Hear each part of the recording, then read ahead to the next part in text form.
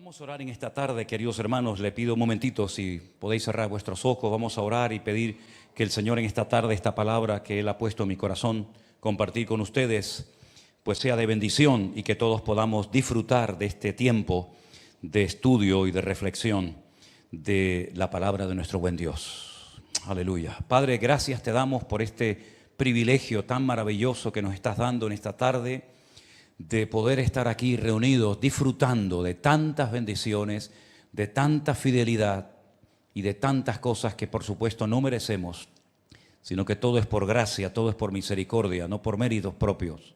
Pedimos que en esta tarde tú bendigas también a las maestras, a los niños que están en sus respectivas clases, escuchando, aprendiendo la palabra, que bendigas esta retransmisión, que todos los hermanos que estén ahora ahí en esas congregaciones, en sus hogares, donde quiera que se encuentren, también la palabra les toque y les ministre. Y por supuesto nosotros que estamos aquí también te pedimos que nos hables, que nos bendigas y que podamos ser fortalecidos a través de tu poderosa y preciosa palabra. Bendice a nuestros hermanos que están allí en Alicante también, nos acordamos de ellos. Bendíceles, dale fuerzas para que siga adelante tu obra y nunca se detenga, Señor. En el nombre de tu amado Hijo Jesús. Amén y amén. Estaba leyendo esta semana el Evangelio de Marcos y me he quedado realmente sorprendido de la cantidad de veces que dice el Señor que miró algo o alguien. De hecho, alguien ha llamado al Evangelio de Marcos el Evangelio de las miradas de Jesús. Dicen que después del cerebro, el órgano del cuerpo humano más desarrollado y más espectacular, sin lugar a dudas, son los ojos. ¿Qué sería de nosotros sin nuestros ojos, verdad? Todo lo que podemos ver, todo lo que podemos contemplar, es realmente una bendición que el Señor nos haya dado la vista, a través de la cual podemos conocer a nuestros hermanos, lugares hermosos y tantas cosas. Fíjense qué importantes son los ojos, que el Señor Jesús en el Sermón del Monte, esos capítulos 5, 6 y 7 del Evangelio de Mateo, habló justamente de los ojos.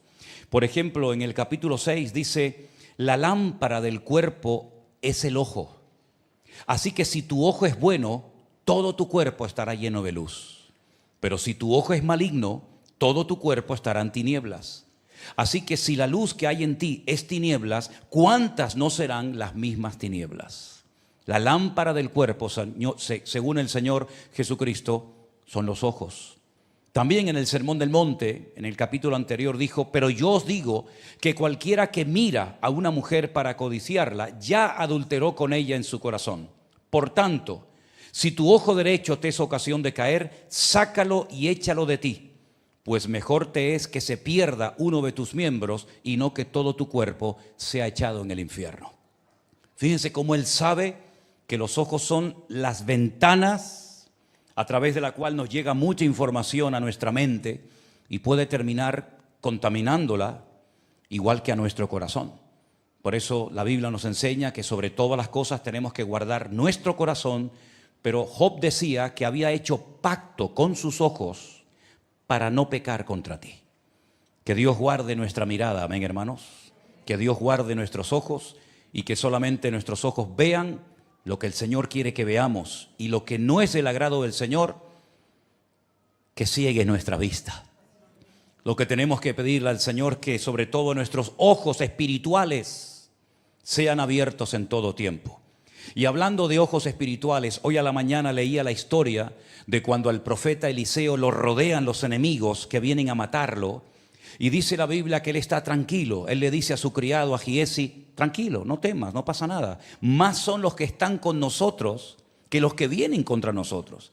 Y entonces Eliseo hace esta oración en Segunda de Reyes capítulo 6.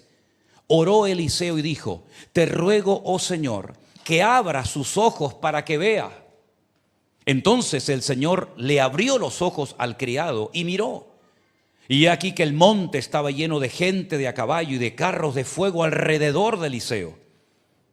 Y luego que los sirios descendieron a él, Eliseo oró al Señor y le dijo, te ruego que ahora hieras con ceguera a esta gente. Y los hirió con ceguera conforme a la petición del profeta Eliseo. Por una parte dice, ábrele los ojos a mi criado, y por otra parte dice, ciega los ojos de los que vienen a matarnos y a destruirnos. Primera de Juan capítulo 2 resumiendo lo que es el mundo, dice lo siguiente: no améis al mundo ni las cosas que están en el mundo, porque si alguno ama al mundo, el amor del Padre no está en él. Porque todo lo que hay en el mundo, fíjense en estas tres frases, todo lo que hay en el mundo, número 1, los deseos de la carne; número 2, los deseos de los ojos; y número 3, la vanagloria de la vida, no provienen del Padre, sino del mundo. Y el mundo pasa y sus deseos, pero el que hace la voluntad de Dios permanece para siempre. ¿Cuántos dicen amén? Es interesante notar que Eva, antes de pecar, miró. Dice que ella estaba mirando al árbol que el Señor había dicho, no comáis de él. Y dice que mientras miraba, codició y finalmente pecó. Es decir, que la tentación a Eva le entró por los ojos. Ella estaba en el lugar equivocado, mirando lo que no tenía que mirar y al mismo tiempo dándole lugar a la codicia. El diablo la atrapó, la tentó, ella codició lo que veía y finalmente todos conocemos el resto de la historia. Así que sobre todas las cosas, dice la Biblia, si hemos resucitado con Cristo, si espiritualmente hablando ha habido un cambio en nuestra vida, poned la mira en las cosas de arriba y no en las de la tierra. Poned los ojos en el autor y consumador de la fe, es decir, en nuestro Señor Jesucristo. Amén, hermanos. Ahora bien, es interesante notar que el Señor Jesucristo era muy observador, tremendamente observador. Y he elaborado una pequeña lista de cosas o de personas que al Señor le llamaron la atención a la hora de mirarlas. Empecemos por el capítulo que en esta tarde se leía desde este mismo púlpito. La Biblia dice que Él está en la casa de Simón Pedro. La casa está abarrotada. Él está en Capernaum. De repente ven que hay un paralítico que es cargado, es traído por 4 amigos o compañeros.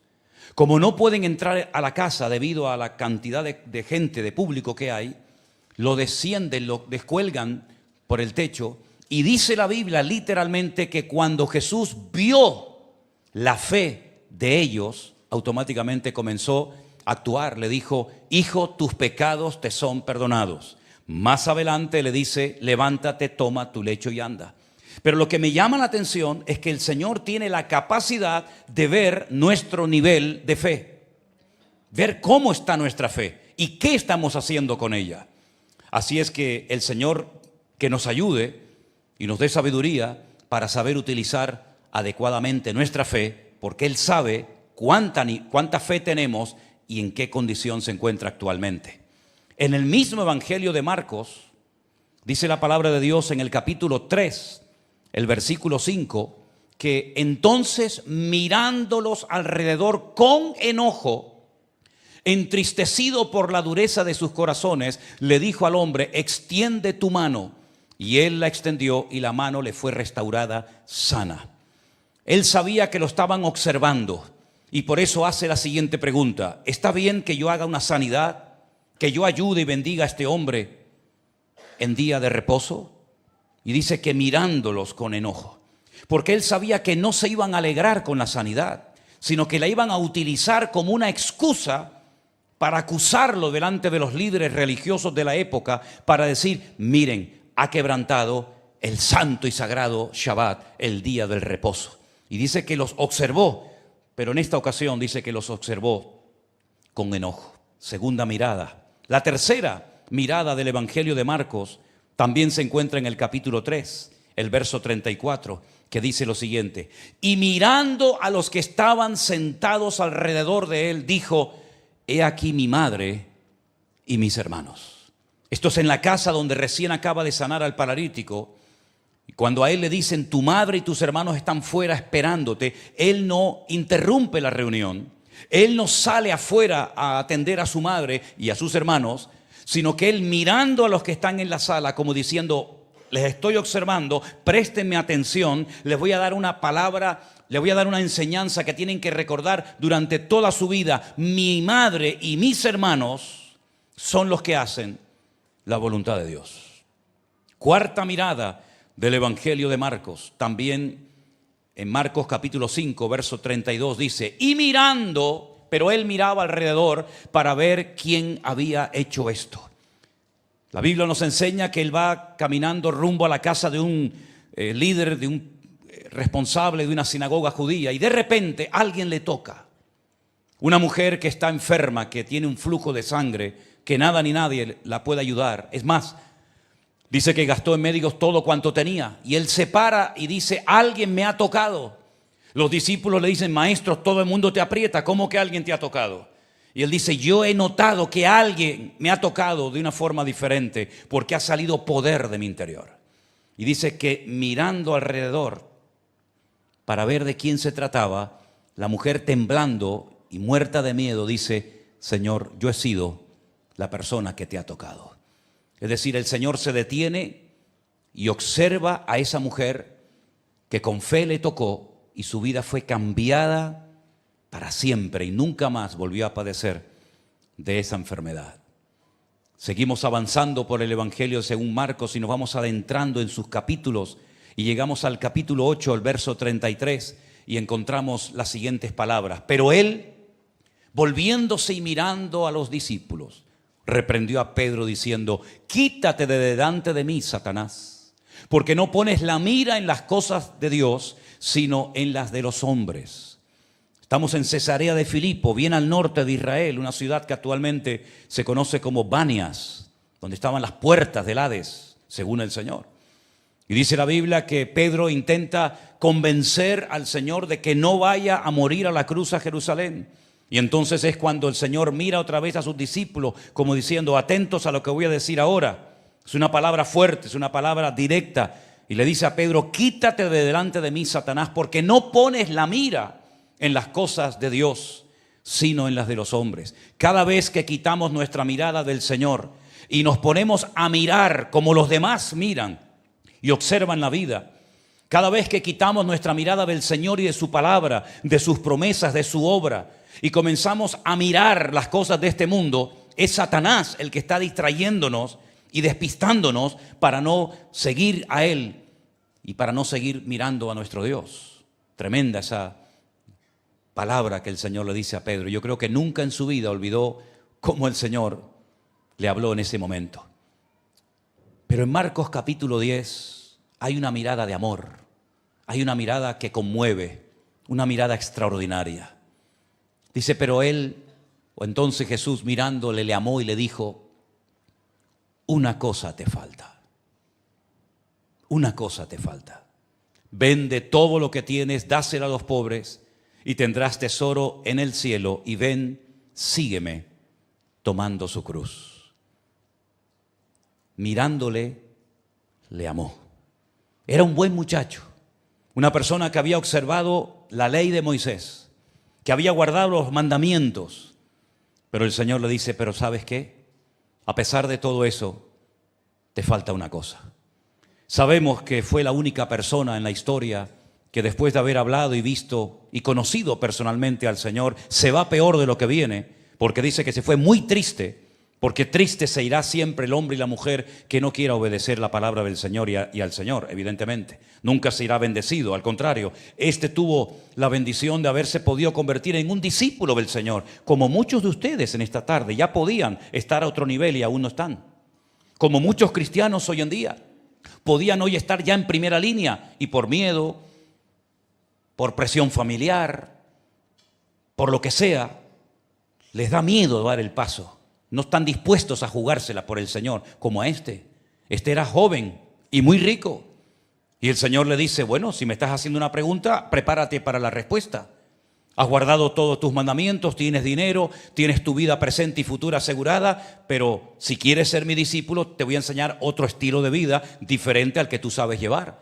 Vende todo, juégatela, vende todo, despréndete de todo. Al fin y al cabo no te vas a llevar al cielo nada de tus riquezas. Y ven y sígueme. Y no le gustó la respuesta. No le gustó la respuesta del Señor. Tal vez esperaba otra respuesta, no lo sé. Pero lo que está bien claro es que el Señor se le queda mirando y con esa mirada le expresa su amor, porque ve el potencial que hay en él. Porque ve que podía haber llegado a ser otro Pedro, otro Pablo, otro Santiago, otro Tomás. Pero lamentablemente el miedo a perderlo todo, se apoderó de él y no fue capaz de alimentar su fe y de responder al llamado del Señor. Pero el Señor lo mira no con enojo, como hemos visto anteriormente, sino que lo mira con amor, como diciendo, qué lástima, ¿no? Lo que podía haber llegado a ser este muchacho, y ahí te quedas, amigo. Ni siquiera la Biblia, me llama la atención, ni siquiera la Biblia, siendo joven, siendo buen religioso, siendo rico, ni siquiera la Biblia nos da el nombre para que ni siquiera sepamos cómo se llamaba. Seguimos avanzando y ahora hay una mirada diferente. En Marcos, el capítulo 12, el verso 15 dice, mas él, percibiendo, otra versión dice, mirando, observando la hipocresía de ellos, les dijo, ¿por qué me tentáis? Traedme la moneda para que la vea. Ante la pregunta, ¿es lícito dar tributo, pagar impuestos a los que nos están oprimiendo? ¿Sí o no? Si decía, es lícito dar tributo al César, se pone en contra a todos los judíos. Si dice que no es correcto darle tributo a los romanos, se pone a todos los romanos en contra. Entonces él, con una respuesta tremendamente sabia, rompió la presión diciendo, dad al César lo que es de César y a Dios lo que es de Dios. Pero la pregunta no era porque querían en el fondo aprender.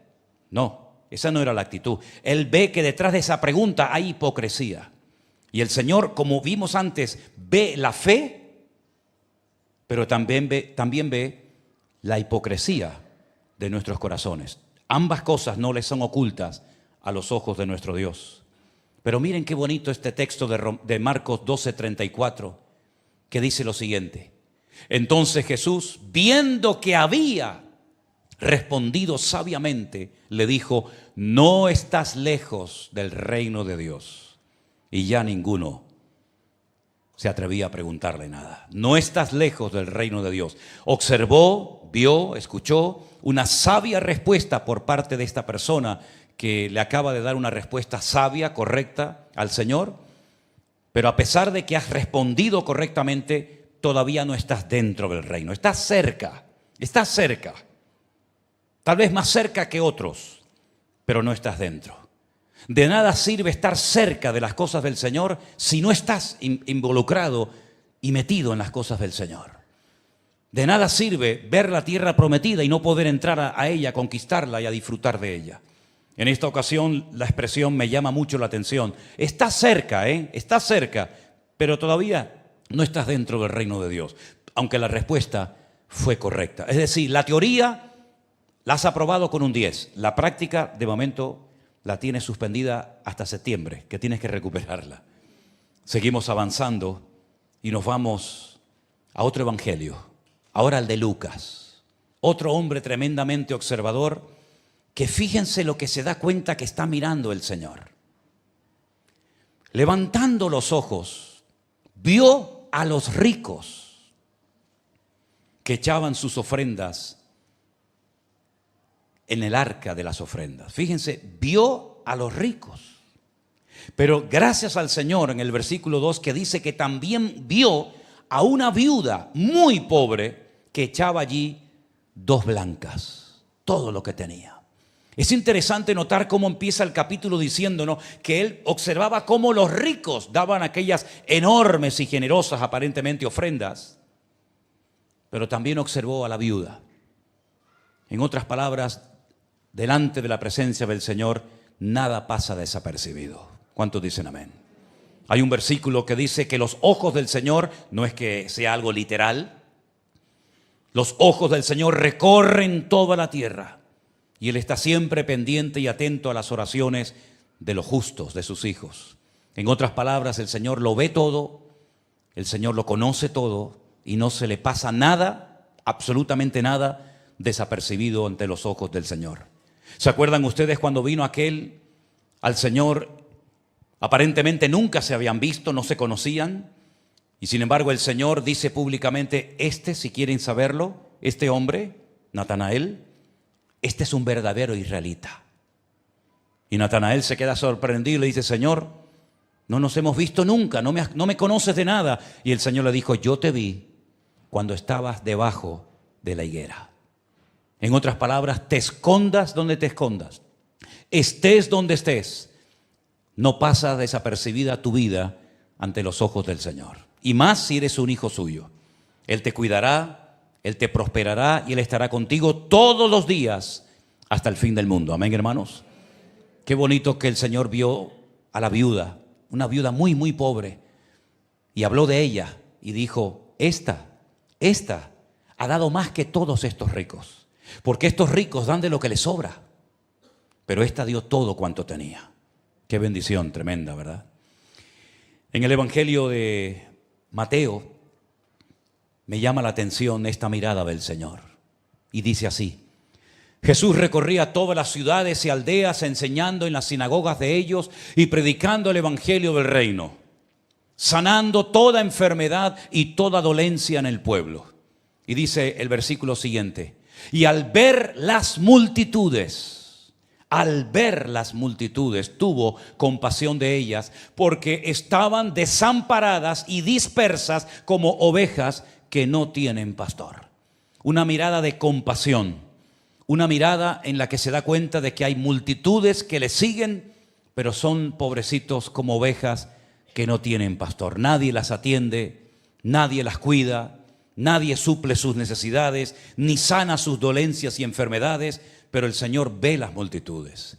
Y el Señor sigue viendo las multitudes de este mundo perdido. El Señor sigue viendo multitudes de gente perdida, descarriada, vacía, triste, que no saben ni lo que hacer con su vida. Las sigue observando, las sigue amando y nos dice a nosotros: id y predicarles el Evangelio a ellos para que sean salvos. Amén, hermanos. Hay una mirada que tuvo que ser espectacular. Yo no sé cuántos de ustedes vieron la película Ben-Hur, pero hay una escena en la que se ve como un choque, un encuentro de miradas, ¿verdad? Que es muy impactante esa escena donde ese centurión que le llama la atención a una persona se queda mirando, ¿verdad? Y años más tarde se lo vuelve a encontrar. Esta mirada que vamos a ver ahora, que se encuentra en Lucas capítulo 22, tuvo que ser espectacular, porque el efecto que produjo esa mirada fue tremendo. Miren o presten atención a este texto. Prendiéndole, estamos hablando de la última noche, cuando el Señor es llevado de Getsemaní a la casa de Caifás para ser interrogado, y después lo llevan a la fortaleza de la Antonia, donde vivía Poncio Pilato. En fin, toda esa historia que ustedes conocen. Dice, prendiéndole le llevaron y le condujeron a la casa del sumo sacerdote. Y Pedro le seguía de lejos. Grave error, seguir a Jesús de lejos. Dice, y habiendo ellos encendido fuego en medio del patio, se sentaron alrededor. Y Pedro se sentó también entre ellos. Pero una criada, al verle sentado al fuego, se fijó en él y dijo, también este estaba con él. Lo descubrió. Pero él lo negó diciendo, mujer, no le conozco. Un poco después, viéndole otro, dijo, tú también eres de ellos. Y Pedro dijo, hombre, no lo soy. Como una hora después, otro afirmaba diciendo, verdaderamente también este estaba con él, porque es Galileo. Y Pedro dijo, hombre, no sé lo que dices. Y enseguida, mientras él todavía hablaba, el gallo cantó. ¿Cómo me hubiera gustado conocer a ese gallo? Tremendo, ¿eh? Entonces, vuelto el Señor, escuchen bien esto es impresionante esta escena. Vuelto el Señor, miró a Pedro. Y Pedro se acordó de la palabra del Señor que le había dicho, antes que el gallo cante, me negarás 3 veces.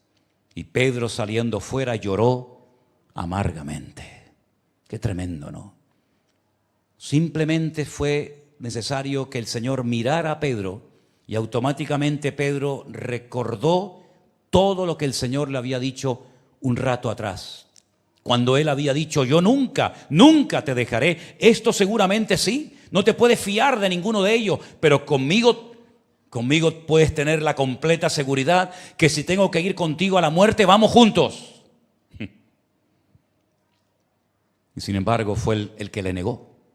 Ya se lo había profetizado el Señor. Ya le había dado una palabra el Señor. Pero parece que él no le dio la importancia que tenía que haberle dado. Comienza a seguir al Señor, pero de lejos. Cuando él era una de las personas que más de cerca siempre estuvo del Maestro. Incluso llegó a oír y a ver cosas que otros discípulos ni vieron ni oyeron. Pero ahora le sigue, pero de lejos. Y en esa distancia que hay entre él y el Señor, las fuerzas se diluyen. Ya no tienen la misma fuerza y capacidad para enfrentar los problemas, sino que ahora incluso es capaz de juntarse con malas compañías.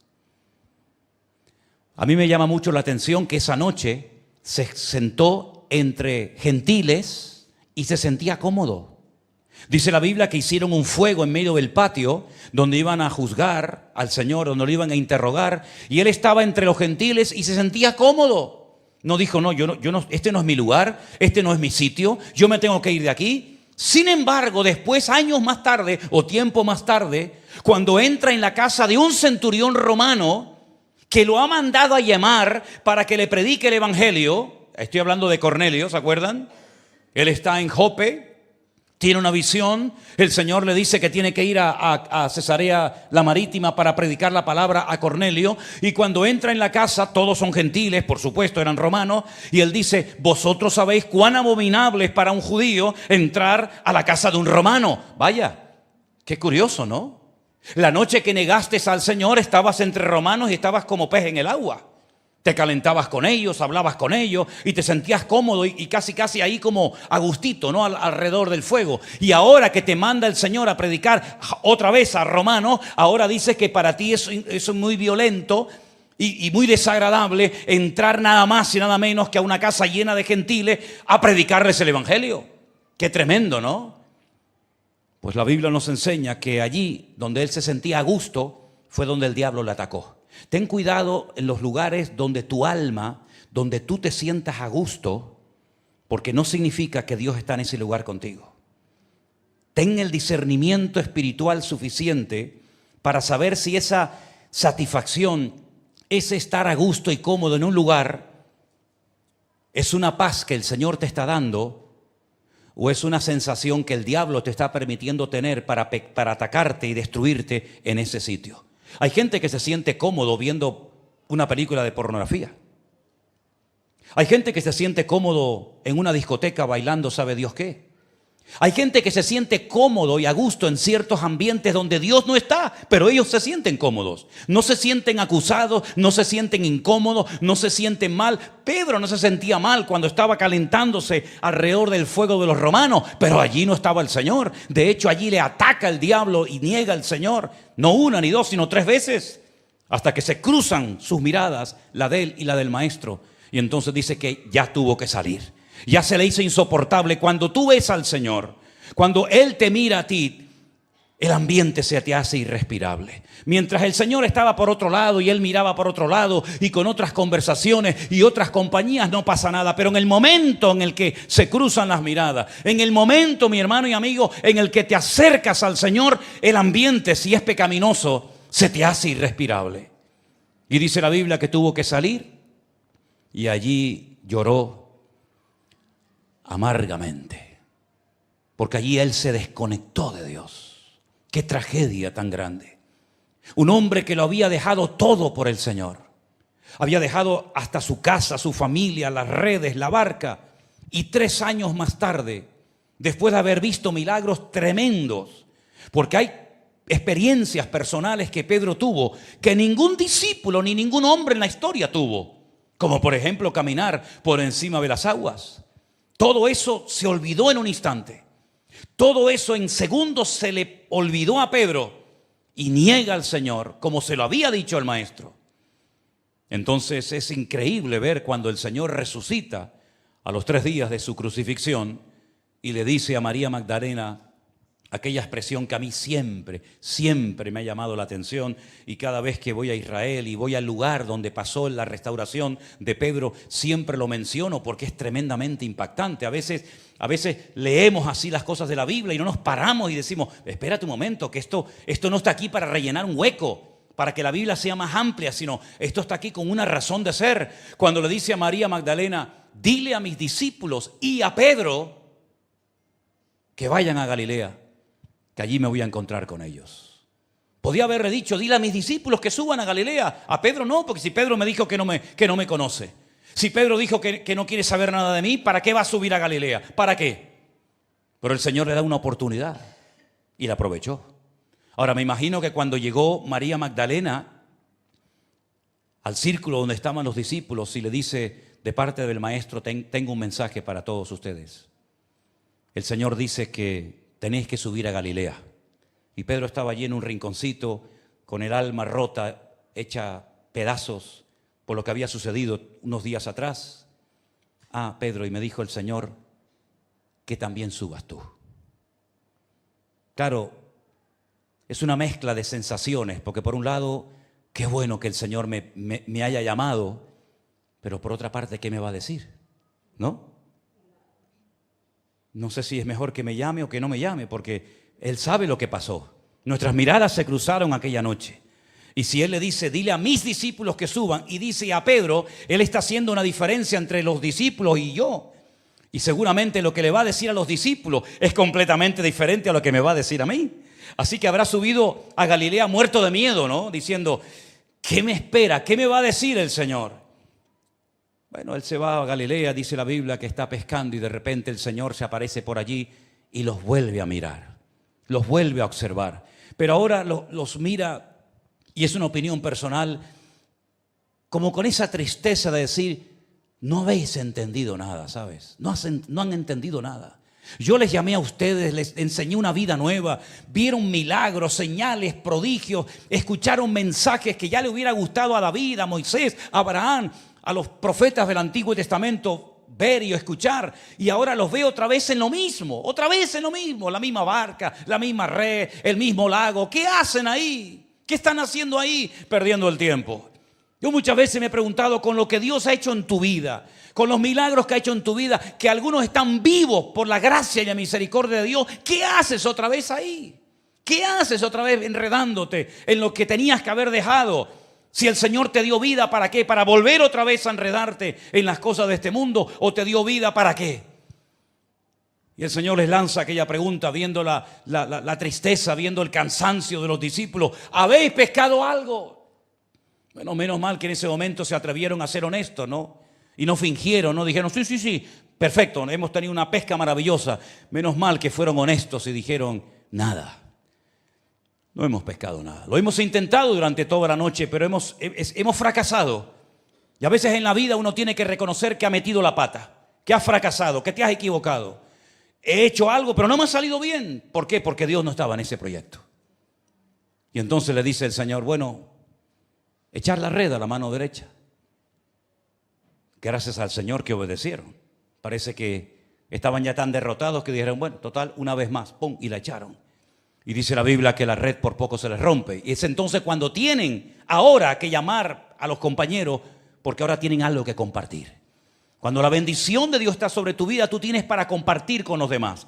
Cuando tú estás trabajando solo, sin el favor, sin el respaldo del Señor, tú no tienes nada para compartir a nadie, no tienes ni para ti.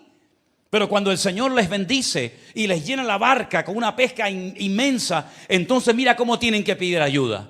Mira cómo tienen que ser solidarios y generosos. ¿Por qué? Porque si el Señor me ha dado abundancia, es para compartir esa abundancia. Lo que no puedo compartir es lo que no tengo. Pero cuando tengo, no dijeron, no llamen a nadie, no llamen a nadie. Que se nos hunda la barca, pero no pasa nada, no. Hay que llamar, hay que compartir. La bendición es para compartirla, hermano. Si el Señor te ha bendecido con un don, con un talento, con algo, compártelo. No vivas ahí cerrado, herméticamente, egoísta en ti mismo. No tengas miedo a perder, porque se pierde cuando no das, pero cuando das, Dios multiplica. Eso es lo que dice la Biblia. Al niñito le quitaron la merienda y seguramente lloró, pero al final dijeron, toma una cesta entera para ti solo. Y dice la Biblia que cuando llegan a la orilla, allí están todos, pero nadie se atreve a abrir la boca. Nadie se atreve a abrir la boca, porque otra vez han quedado en evidencia. Lo han visto crucificado, saben que ya ha resucitado y vuelven otra vez a lo mismo. Qué triste, ¿no? Cuando hablas con una persona y le enseñas y le predicas y le instruyes y siempre está con las mismas historias. Es triste, ¿no? Pero sin embargo la atención no se centra tanto en los 11 o en los 10, porque ya uno había fallecido, sino en Pedro. Y a Pedro se le queda mirando, le mira fijamente y le dice, Pedro, ¿tú me amas? Y Pedro seguramente estaba tan entusiasmado por la pesca que dijo, sí, tú sabes que te amo. Tú sabes que a veces hay hombres que se les habla y no te miran. Bueno, hombres y mujeres también, ¿eh? Dice, oye, te estoy hablando, ¿me puedes mirar? Sí, dime. Y le volvió a preguntar por segunda vez. Tal vez él no era consciente de lo que el Señor se traía entre manos. Pedro, ¿tú me amas más que esto? Te veo ahí contando los peces. ¿Cuánto lleva? Pues 144, 153. ¿Me amas más que estos? Sí, Señor, tú sabes que te amo. Hay aquí en la iglesia un muchacho que cuando le preguntas algo dice, ¿estás bien? ¿Estás contento? ¿Saben quién es, no? Qué bueno, ¿no? Gloria a Dios. Está la mamá por ahí también. Sí. Pedro, escucha una cosa, te estoy hablando, ¿eh? Es la tercera vez que te pregunto lo mismo. ¿Tú me amas? Entonces ya deja todo,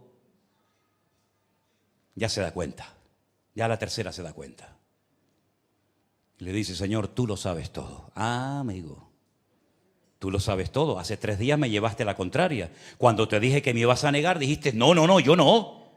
¿Qué le estás diciendo al Señor? No, te estás equivocando, yo no te voy a negar. Ahora admites, ahora por fin reconoces que lo sé todo. Vaya, ahí empezamos bien. Y ahí comienza el Señor a restaurar la vida de Pedro. Hace en algunos casos 10, en otros casos 20, en otros casos 30, en otros casos 40 años, el Señor nos miró a nosotros. Y nuestra mirada coincidió con la de Él. Y ese día nuestra vida cambió completamente. Porque el Señor Jesucristo nos transformó, nos derritió y llegamos a la conclusión de que separados de Él ya no merecía la pena vivir. Llegamos a la conclusión de que sin Cristo nuestra vida no vale nada. Llegamos a la conclusión de que el Señor nos dio la vida y nos liberó a los que tenía que liberarnos, de lo que tenía que liberarnos, no para que volviéramos otra vez a mancharnos con el polvo del camino de este mundo, sino involucrarnos en el reino de Dios, buscándole a Él. Y con defectos, con fallos, con errores, que por supuesto los tenemos, seguimos avanzando, porque los ojos del Señor se encontraron con los nuestros y Él transformó nuestro lamento en baile. Yo me acuerdo, y lo he dicho en muchas ocasiones, que hace años cuando los padres nos miraban, nos decían todo con simplemente una mirada, ¿verdad? La mirada de tu padre cuando estaba enfadado, la entendías, ¿verdad que sí? ¿La entendías? La mirada de los amados, de los que se aman, de los que están enamorados como tortolitos. ¿No ves cuando se miran que es como si tuvieran chispitas en los ojos? Que hace así y le brillan los ojitos, ¿verdad? La mirada de una persona triste, enferma, a punto de morir. La mirada de un preso. La mirada de un niño hambriento. Cuando las ves no te olvidas nunca. La mirada de una persona herida en un accidente. Como yo he visto muchas veces la mirada de un torero cuando se desangra y sabes que está a punto de morir. Es una mirada perdida, vidriosa, que no sabes si te está mirando o ya se fue. ¿Cuántos tipos de miradas hay, verdad? Pero sin lugar a dudas, la mirada de Cristo es una mirada hoy por hoy para nosotros de amor. Porque el Señor ve nuestras miserias y nuestras necesidades, no le pasan desapercibidas. Sabe que tienes que pagar mañana unas cosas y a lo mejor hoy no tienes ese dinero. Sabe el Señor lo que estás pasando en tu matrimonio, con tus hijos, con tu enfermedad personal. El Señor lo sabe todo, lo conoce todo, lo ve todo perfectamente. No hay un lugar donde te puedas ocultar de los ojos de Dios. Qué ridículo cuando Adán y Eva se intentaron ocultar de la mirada del Señor, metiéndose dentro de un árbol o escondiéndose dentro en un bosque. Qué tremendo cuando Jonás pensaba que descendiendo al camarote de más abajo en aquel barco que lo llevaba rumbo a España, él podía ocultarse de la presencia del Señor. Qué ridículo cuando hay personas que piensan que lo que estás haciendo Dios no lo ve. Ese fue uno de los grandes problemas que tuvo el pueblo de Israel en el Antiguo Testamento, cuando decían Dios no ve. Ni nos va a bendecir, ni nos va a castigar, porque Dios no se entera de nada. Dios no ve nuestra conducta. Y sin embargo, qué tremenda la revelación que el Señor le da a su siervo, al profeta Ezequiel, cuando está en Babilonia y le dice: ven que te voy a mostrar lo que la gente no ve. Y lo lleva en visión, en una visión tremenda. Lo lleva a Jerusalén y le dice: mira ese hueco en la pared, métete por dentro de este hueco y mira lo que están haciendo ahí adentro. Y dice que cuando entran, dice que ve todas las paredes del templo, todas con los símbolos del zodíaco, y allí están adorando a la reina del cielo, y allí están esnifando, y allí están haciendo cosas terribles. Y el profeta dice: pero esto ¿cómo es? Dice: no, pero hay más, esto la gente no lo ve, la gente ve de la puerta para afuera, pero yo veo el interior. Entra por esa puerta y mira lo que están haciendo allí. Y lo lleva haciéndole un recorrido por todo el templo y le dice: ahora entiendes por qué yo quité mi gloria de aquí. Ahora entiendes por qué os han castigado y llevado a Babilonia al destierro. Ahora entiendes por qué esta tragedia nacional ha ocurrido. Porque lo que ustedes no veían, yo sí lo veía. Y quiero que tengamos bien claro a lo largo de nuestra vida que hagamos lo que hagamos y estemos donde estemos, la mirada del Señor nunca se aparta de nosotros. Eso nos tiene que producir un temor reverente impresionante. Saber que Dios me está siempre viendo y oyendo. Siempre, siempre. Donde quiera que te encuentres, en la situación en la que te encuentres, Dios te está observando. Y hay un pasaje bíblico que lo he dejado para el final, no por ser el menos importante, sino porque hay, por así decirlo, como una doble visión, una doble mirada. El pasaje es muy conocido, se encuentra, si lo quieren después leer, en Génesis capítulo 34. Dice que cuando Jacob viene, después de haber estado más de 20 años trabajando para Labán, ya tiene esposa, ya tiene hijos, ya tiene camellos, ya tiene ovejas, ya es un hombre pudiente, un hombre rico, ya ha logrado rehacer su vida. Él, en vez de ir rápido al encuentro de su padre, eso siempre me llamó la atención. Si ya eres tan rico, ya eres libre, ya tienes una vida hecha, ¿por qué no corres para ver a tu padre que seguramente ya está en los últimos momentos de su vida? No, se para en Siquén. Se para y allí se establece un tiempo. Y es interesante notar que así como él hizo esperar a su padre, después a él también lo harían esperar. Su hijo José también lo hizo esperar a él. El mismo número de años que él hizo esperar a su padre Isaac, que no fue rápidamente a verlo. Las vueltas que da la vida, ¿verdad? Y dice la Biblia que allí se establece el campamento de Jacob con sus esposas, con Lea, con Raquel, con Bila, con Zilpa, con sus hijos. Y tiene una hija llamada Dina, Diná, como se dice en hebreo. Y dice que ella salió del campamento. ¡Qué temeridad, qué locura! Allí en el campamento hay cobertura, hay santidad, hay orden, está el papá, está la mamá, están los hermanos. Pero dice que ella salió del campamento, que es mucho más que simplemente sacar los pies del campamento. Es mucho más que eso. Es ir a probar otro estilo de vida. Es ir a ver cómo viven los mundanos, cómo se visten las chicas de Siquén, cómo hablan, cómo bailan, cómo son sus celebraciones. El salir del campamento es toda una temeridad, es un atentado contra la cobertura paterna. Es un atentado en contra de la protección que ella sabe que hay en ese territorio, pero ella sale y queda totalmente desprotegida. Y dice que lo que motiva a Dina a ir a ver a las hijas de Siquén es porque quería ir a ver. Y salió a ver. Pero mientras salía a ver, alguien la vio a ella. Y dice la Biblia que la vio uno que la forzó, que abusó de ella. Y esa niña virgen y linda que sale del campamento de su padre viene humillada y en unas condiciones terribles. Y todos conocemos la historia. ¿Salir a ver qué? ¿Qué quieres ir a ver? ¿Lo que tienes en Cristo no te llega?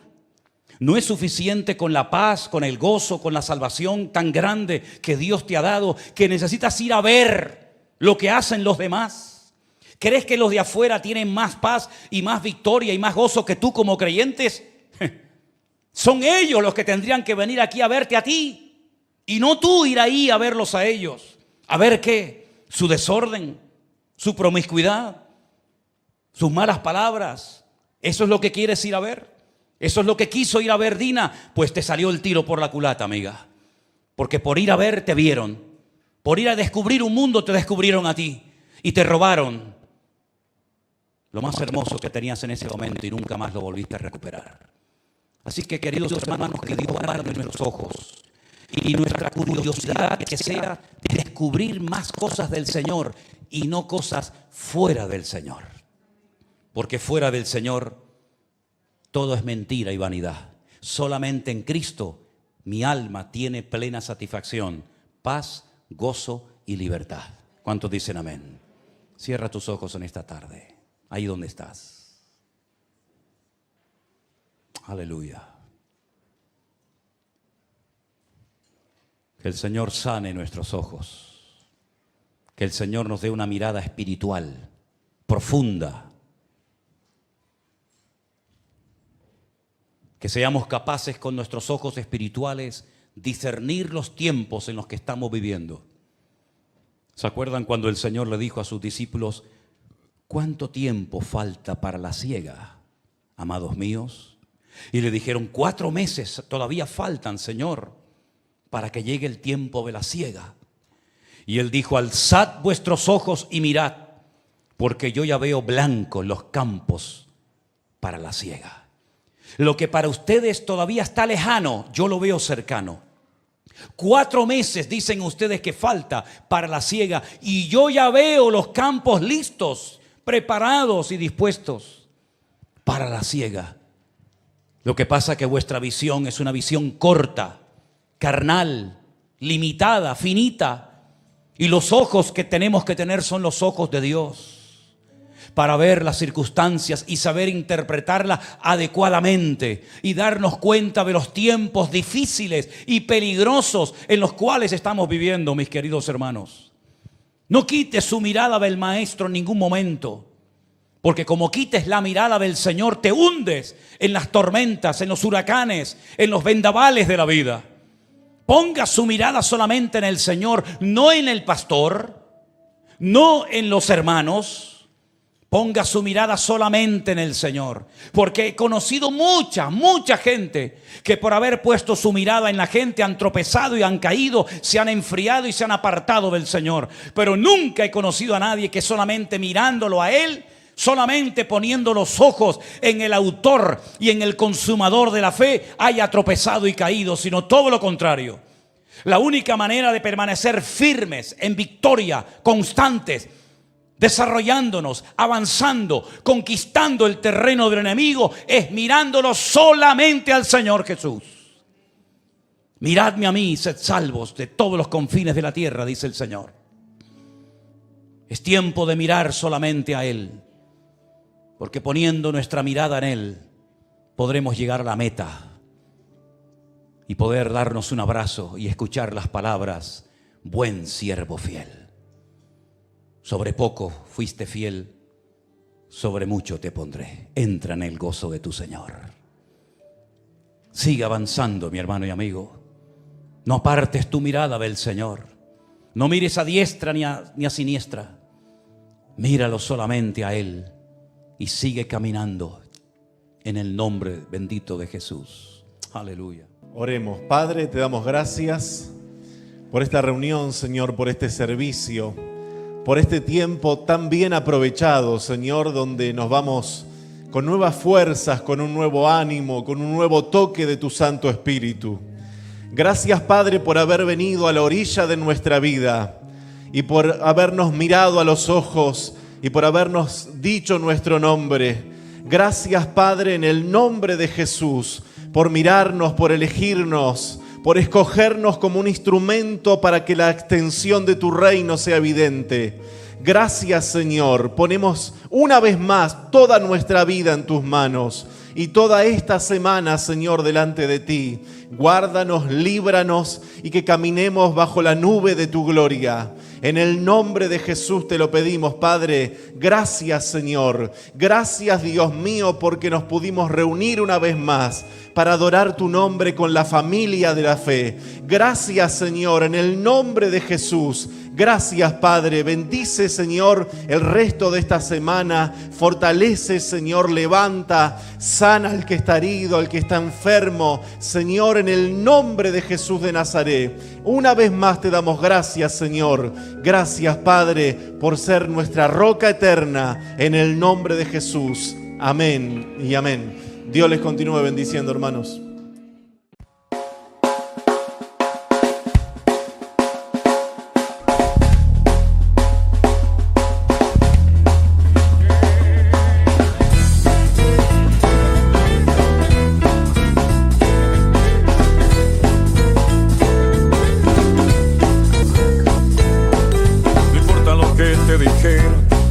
No importa lo que te hicieron, tienes que aprender a descansar en Dios.